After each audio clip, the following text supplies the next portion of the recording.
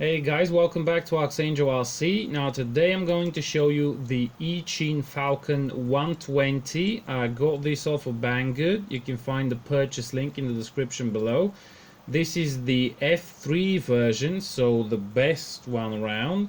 I was really surprised by the size of it, and yeah, I did order it because I thought, let's see what all that craze is with the smaller copters, and I do see why that craze is. I mean, this is portable, flies, you know, just as fast as the bigger ones, and is very controllable and very cute and nicely built and everything. And the best part is you get a battery with this, and you also get a charger.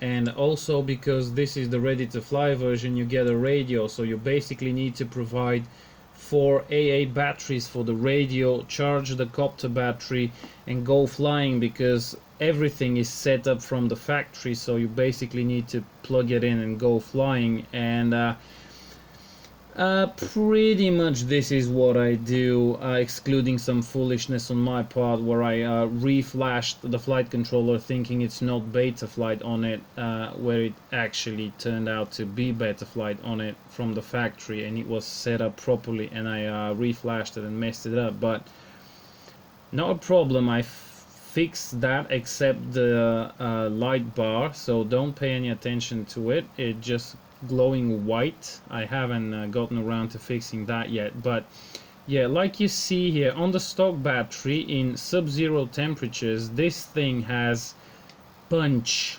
Like, seriously, probably not gonna be interesting for the professional pilots, but as a ready to fly system with a FlySky i6 radio, this is more suited for beginners, and probably this is the target market for this little jewel. But seriously, even on 3S it has more than enough punch, at least for me, and I really like how it handles. I have ordered some 4S tattoo batteries to try it out, but so far on the stock battery on 3S and that 25C in sub-zero temperatures, it actually flies around 4 to 5 minutes depending on how I fly, and there's still capacity left in the battery, and I don't feel any voltage sag, you know, from the cold, because the battery actually warms itself up during the flight, so there is some serious amp draw every now and then. But you can see this thing has speed, has power. At no point did I feel like it's underpowered or something is lacking. And also the air mode, really nice once you get the PIDs back to stock level, or, you know, fine-tune them a little bit. So now that line of sight is done, it's time to do some FPV flying.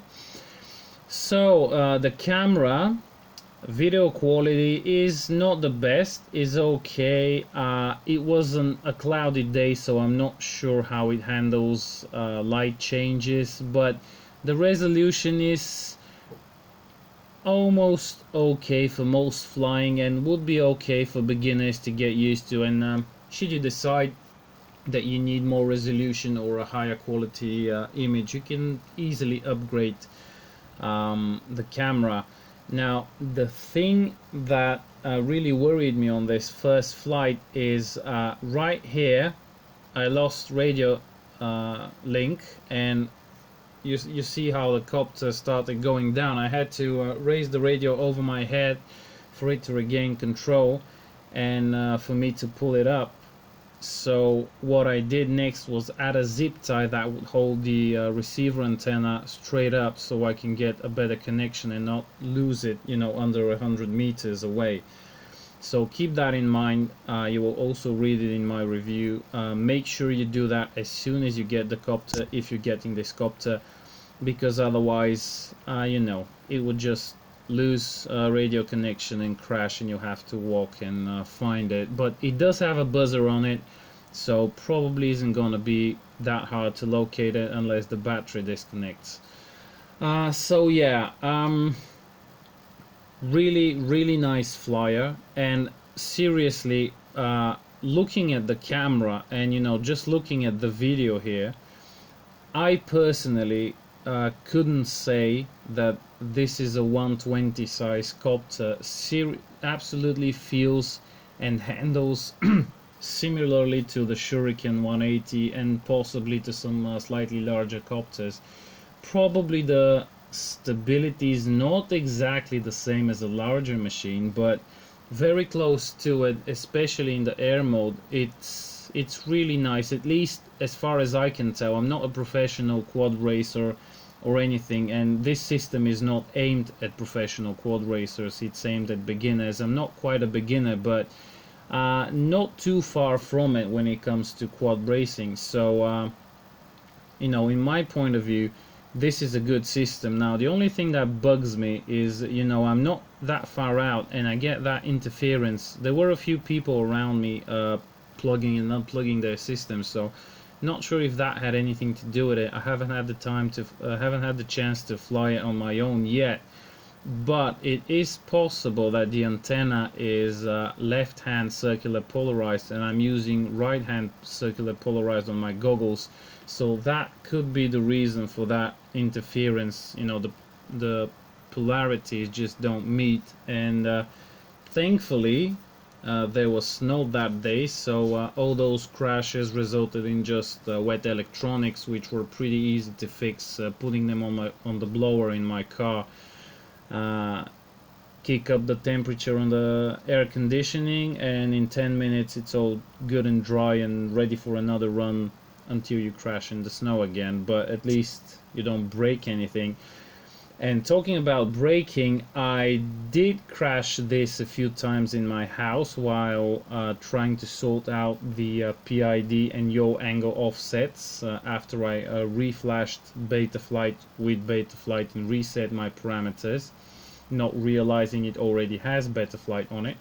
So the copter did crash a few times on its head, no less, and I'm happy to report that there is no damage whatsoever. So far I'm pretty happy with the durability of the whole system, especially of the antenna cover or whatever that is, and of the props as well. The only vibrations I can see are when I give it full throttle, and even then there's not much of a vibration to speak of, at least nothing that would prevent me from enjoying the copter or flying successfully. So what can I say? Charge batteries, plug in, one of the switches arms the copter, the other changes the modes, and that's about it. Or I think it was one switch that did all of that. We'll have to check that, but you know, it's very easy to operate. There's no manual, sadly, but you just plug it in, flip a few switches, and it should start and you're ready to go. You don't even need to connect it to a computer to do any setup. It's just find the video channel on your goggles and you're good to go, and that's as good as a ready to fly system can get. And this one does it very good, and it's light and it's sturdy and it's all in one package. So I definitely like it and I definitely recommend it, and I will keep flying it until I break it, and then I'll buy another one because it's that good. So that completes my review. You can find more on ArxangelRC.blogspot.com or on my YouTube channel, and I will see you soon.